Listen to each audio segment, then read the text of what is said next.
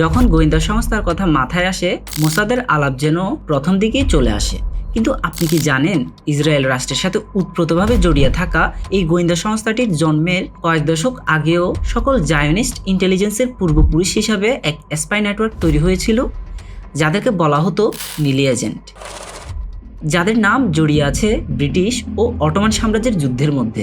বারবার অটোমানদের তীব্র প্রতিরোধের মুখে টিকতে না পারা ব্রিটিশ বাহিনীর হাতে যখন নীলি এজেন্টের তথ্য পাচার হতে থাকে, তখন যুদ্ধের দিক বদলে যায়। ইহুদি জাতীয়তাবাদ বা জায়োনিজমের এই স্পাই জগৎটাকে নিয়ে আজ আমরা অনুসন্ধান করব।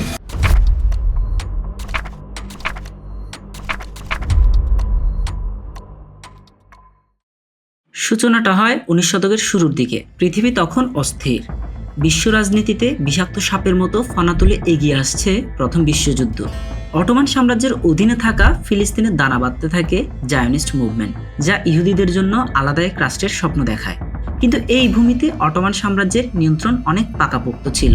খ্রিস্টান বিশ্বের চেয়ে ইহুদিদের প্রতি অটোমান সাম্রাজ্যে সহনশীলতা বেশি ছিল, এটা এক ঐতিহাসিক সত্য। কিন্তু অটোমানদের অধীনে থাকা ইহুদিদের মধ্যে দানা বাঁধতে থাকা জায়োনিস্ট মুভমেন্ট, অন্যদিকে ব্রিটিশ ও তার মিত্রবাহিনীর সাথে রক্তক্ষয়ী যুদ্ধের কারণে অটোমান সাম্রাজ্যের রাজনীতির ভেতরেও তৈরি হয় এক অস্থির অবস্থা। অবিশ্বাস দানা বাঁধতে থাকে ইহুদি ও অটোমান শাসনের মধ্যে। ইহুদিদের একটা অংশ যে কোনো মূল্যে তাদের আলাদা দেশ গঠনের জন্য মরিয়া, যাদের মধ্য থেকে অনেকেই অটোমানদের অধীন থেকে মুক্ত হওয়ার জন্য হাত মিলিয়েছিল বিরোধী শক্তির সাথে। এমনই এক দল নীলি, যারা কঠোর অটোমান নিরাপত্তা ভেদ করে খুব সেন্সিটিভ তথ্য পাচার করে দিত ব্রিটিশ বাহিনীর শিবিরে। 1915 সালে অ্যারন অ্যারেনসন নামের একজন স্বনামধন্য কৃষিবিদ ও তার বোন সারা অ্যারেনসন সহ কিছু ঘনিষ্ঠ সহচরদের নিয়ে গঠিত হয়েছিল নীলি।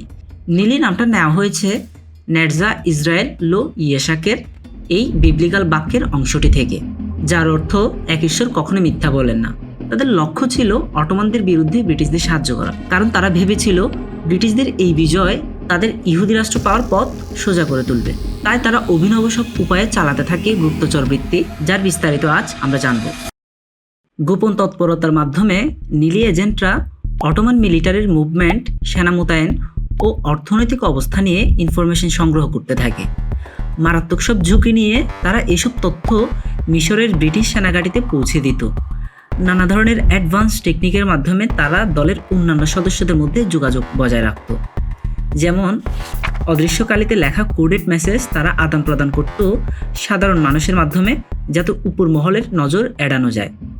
নীলি এজেন্টরা যে অঞ্চলে থাকতো তার নাম জিক্রন ইয়াকব, যা তাদের একটা বড় সুবিধা দিয়েছিল, কারণ এখান থেকে সরাসরি ভূমধ্যসাগরে থাকা ব্রিটিশ জাহাজের দিকেই মুখ করেছিল নীলিয়ের কিছু সদস্যদের ঘরের জানালা। তারা ব্রিটিশ জাহাজের সাথে যোগাযোগ করার জন্য জানালার পাল্লাগুলোকে কোড হিসেবে ব্যবহার করত।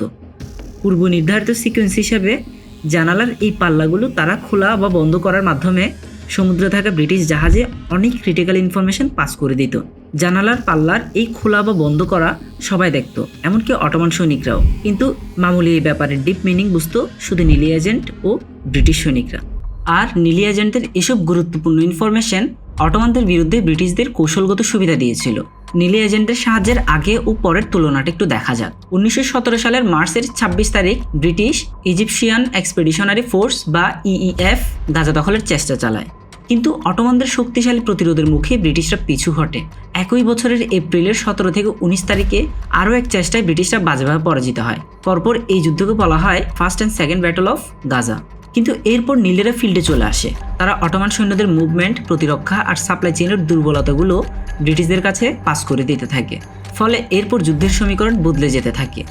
1917 সালের অক্টোবরের 31 তারিখে নীলিদের তথ্য ব্যবহার করে ব্রিটিশরা বিরসাবাতে অতর্কিত হামলা করে অটোমানদের প্রতিরক্ষা ব্যবস্থা ভেঙে দিতে সফল হয়। একই বছরের নভেম্বরের 1 থেকে 7 তারিখ সংগঠিত হয় third battle of Gaza. British বাহিনী সম্মিলিত আক্রমণের মাধ্যমে অটোমান প্রতিরক্ষা ভেঙে দিয়ে ফিলিস্তিনের দিকে এগিয়ে যাওয়ার পথ তৈরি করতে সক্ষম হয় এবং ডিসেম্বরের 9 তারিখ ব্রিটিশরা জেরুজালেম দখলে নেয়। এখানে বলে রাখা ভালো, এসব বিজয়ের পিছনে নীলিদের অবদান ছিল সত্য, কিন্তু কোনোভাবে এটাকে একপাক্ষিকভাবে নীলিদের অবদান হিসেবে দেখা ঠিক হবে না, কারণ ব্রিটিশ ইন্টেলিজেন্সেরও গুরুত্বপূর্ণ ভূমিকা ছিল। আরও বেশ কিছু ফ্যাক্টর ছিল। যুদ্ধের বেশ কিছু আগে থেকেই অটোমান সাম্রাজ্য অভ্যন্তরীণ ও বহিরাগত নানা কারণে দুর্বল হতে থাকে। এর সাথে ছিল বিশ্ব রাজনীতির এক জটিল সমীকরণও। তাই এই বড় এক গেমের ভেতরে এক অংশ ছিল নীলি। কিন্তু কারা এই নীলি এজেন্ট? এর পেছনের মাস্টারমাইন্ডদের নিয়ে একটু ঘাটা যাক। নিলির নেতা বা ফাউন্ডার ছিল অ্যারন অ্যারনসন। সে ছিল বিখ্যাত এক কৃষিবিদ এবং ওয়াইল্ড হুইটের আবিষ্কারক।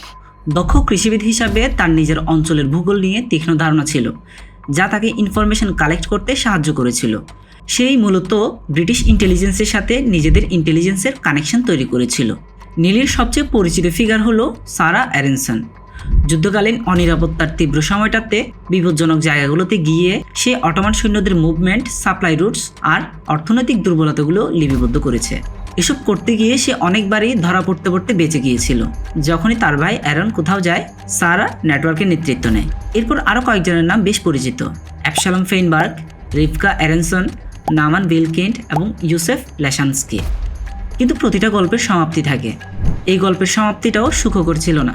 1917 সালে ব্রিটিশ বাহিনীর কাছে কোডেড মেসেজ নিয়ে রওনা দেওয়া এক কবুতরকে ধরতে সক্ষম হয় অটোমান অথরিটি।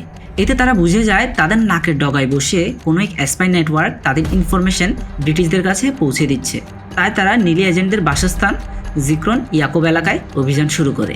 এই খবর নীলির এজেন্টরা জানার পর সকল বার্তাবাহক কবুতর পুড়িয়ে ফেলে এবং কবর দিয়ে দেয়। কিন্তু এক পর্যায়ে নীলির সাথে যুক্ত কয়েকজন ধরা পড়ে যায়। সারা অ্যারনসনও ধরা পড়ে তার কিছু পর।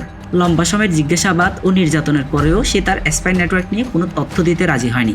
নির্যাতন ও জিজ্ঞাসাবাদের মুখে সে যাতে কোনোভাবে নেটওয়ার্কের তথ্য শেয়ার করে না বসে, সেটা নিশ্চিত করার জন্য সে তার লুকিয়ে রাখা এক পিস্তল দিয়ে আত্মহত্যা করে। দলের আরেক সদস্য অ্যাবশালম ফেইনবার্গ সিনাই মরুভূমি পাড়ি দিয়ে ব্রিটিশদের সাথে দেখা করার চেষ্টাকালে ধরা পড়ে উৎপেতে থাকা বেদুইন গোত্রের মানুষদের কাছে। অটোমানদের মিত্র হিসেবে তারা ফেইনবার্গকে হত্যা করে। কিন্তু নিলির প্রতিষ্ঠাতা অ্যারন অ্যারনসন কোনো রকমে পালিয়ে যেতে সক্ষম হয়। নিলি এজেন্টদের নিয়ে মূল্যায়ন খোদ ইহুদিদের মধ্যে দুই ভাগে বিভক্ত।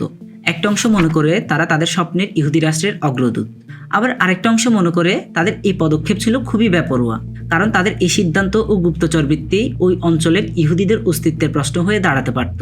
ফলে ইউরোপের চেয়ে বেশি শান্তি ও ধর্মীয় স্বাধীনতা উপভোগ করা ইহুদিদের ভাগ্যে দুর্দিন ঘনিয়ে আসতে পারত।